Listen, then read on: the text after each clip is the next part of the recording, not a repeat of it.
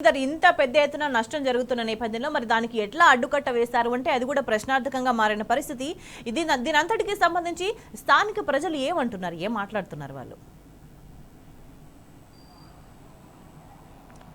స్వేచ్ఛ ప్రధానంగా దీనికి మొత్తానికి గతంలో పూర్తి స్థాయిలో నిబంధనలను ఇంప్లిమెంట్ చేస్తే సరిపోతాయి. కానీ ప్రస్తుతం ఏ ఒక్క నిబంధన తెలంగాణ రాష్ట్రంలో అమలు కావడం లేదు.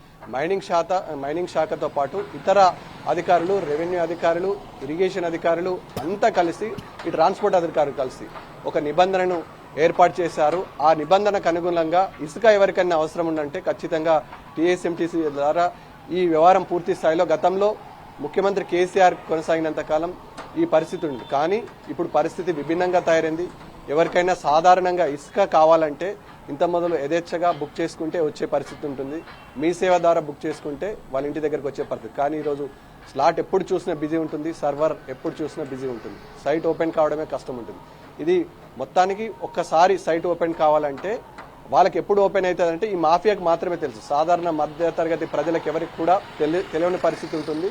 వాళ్ళు ఎప్పుడు చూసినా సర్వర్ బిజీ అని ఉంటుంది. కొద్ది గంటలు మాత్రమే సర్వర్ ఓపెన్ ఉంటుంది. అది ఎప్పుడు కావాలనో వాళ్ళకి మాత్రమే తెలుస్తుంది.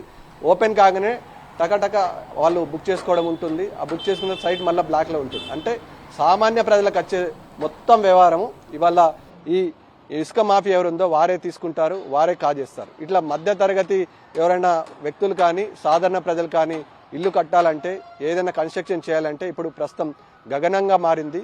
యథేచ్ఛగా ఎవరైనా ఒక్క బుకింగ్తోని వందల లారీలను యథేచ్ఛగా తీసుకుపోవడం వల్ల ప్రభుత్వ ఆదాయానికి గండి పడుతుంది. ముఖ్యంగా ఓవర్లోడ్తో వెళ్తుంది. రాష్ట్ర వ్యాప్తంగా ఇదే పరిస్థితి. ముఖ్యంగా ఇటు NH-44 కానీ, అదేవిధంగా ఇటు కామారెడ్డి నుంచి బాన్స్వాడ బీర్కు వెళ్లే రూట్ కూడా అదే ఉంటుంది. ఎప్పుడు నిరంతరం 12 అయ్యిందంటే పూర్తి స్థాయిలో బిజీ ఉంటుంది. ఇక బాల్కొండ నియోజకవర్గంలో ఉన్నటువంటి దోమచెంద, కప్పలవాగు, ఈ వాగుల పరిసర ప్రాంతాల్లో ఎప్పుడు బయటకు వెళ్లాలన్నా చిన్నపిల్లలు కానీ వృద్ధులు కానీ జంకుతున్న పరిస్థితి ఉంటుంది. ఇదంతా ఒక మాఫియాగా తయారయ్యేసి ట్రాక్టర్లు, ట్రాలీలతో పాటు టరాస్ పెద్ద లారీలతోని ఇసుక అక్రమ రవాణా జరుగుతుంది. ఇదంతా అందరికీ తెలిసిన తతంగం. కానీ పట్టించుకోవడానికి కానీ, వార్తాపత్రికలు రాయడానికి కానీ ఇవాళ జంకుతున్న పరిస్థితి. ఎందుకంటే ఇసుక మాఫియా ఆగడాలు అత్యంత ఘోరంగా ఉంటాయి. భయపెట్టిస్తారు, భయపెడతారు.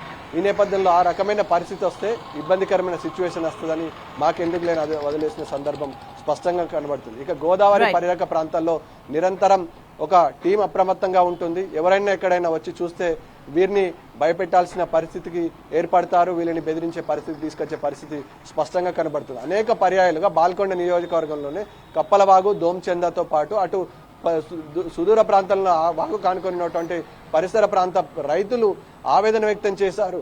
యథేచ్ఛగా ఇసుక అక్రమ రవాణా తీసుకుపోవడం వల్ల భూగర్భ జలాలు అడుగంటుతున్నాయి, మాకు ఇబ్బంది జరుగుతుందని ధర్నాలు, రాస్తారోకలు చేసిన సందర్భం స్పష్టంగా కనబడుతుంది.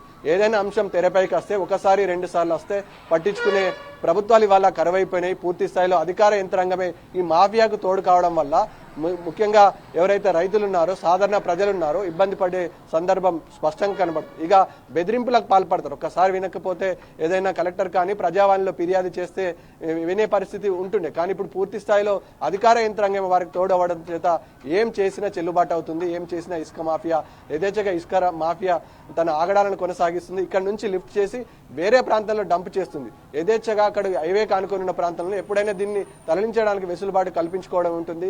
దీనికి ఇంత మొదలు పహారా కాసే పరిస్థితి ఉంటుండే. ఆ పహారా కాసే పరిస్థితి కూడా ఇరిగేషన్ అధికారులు కానీ భూగర్భ జల అధికారులు ఏ స్థాయిలో కూడా పర్యవేక్షణ లేదు, పట్టించుకున్న పరిస్థితి కాదు. ఇక టీఎస్ఎంటీడీఎస్ అయితే కనీసం ఇటు ఈ ఇసుక మాఫియా జరుగుతున్న తతంగం పైన కన్నెత్తి చూసిన సందర్భం కనబడతలేదు. ఎక్కడ చూసినా ఇదే తంతు నడుస్తుంది కాబట్టి కామన్ గా తీసుకోవడం. ఇక జుక్కల్ నియోజకవర్గంకు ఆనుకొని ఉన్నటువంటి ఇక ఎస్గి, అదేవిధంగా ఇటు ఉన్నటువంటి పరిసర ప్రాంతాల్లో ఉన్నటువంటి అజ్గుల్, అదేవిధంగా బిచ్కుంద పరిసర ప్రాంతాల పరిస్థితి ర్యాంప్ 1, ర్యాంప్ 2లో కూడా యథేచ్ఛగా అక్రమ రవాణా జరుగుతుంటుంది. ఇక్కడ నుంచి మహారాష్ట్ర, కర్ణాటక యథేచ్ఛగా 161 హైవే నుంచి కర్ణాటక వెళ్ళడానికి, అక్కడి నుంచి హైదరాబాద్ వెళ్ళడానికి వెసులుబాటు కల్పించుకున్నారు.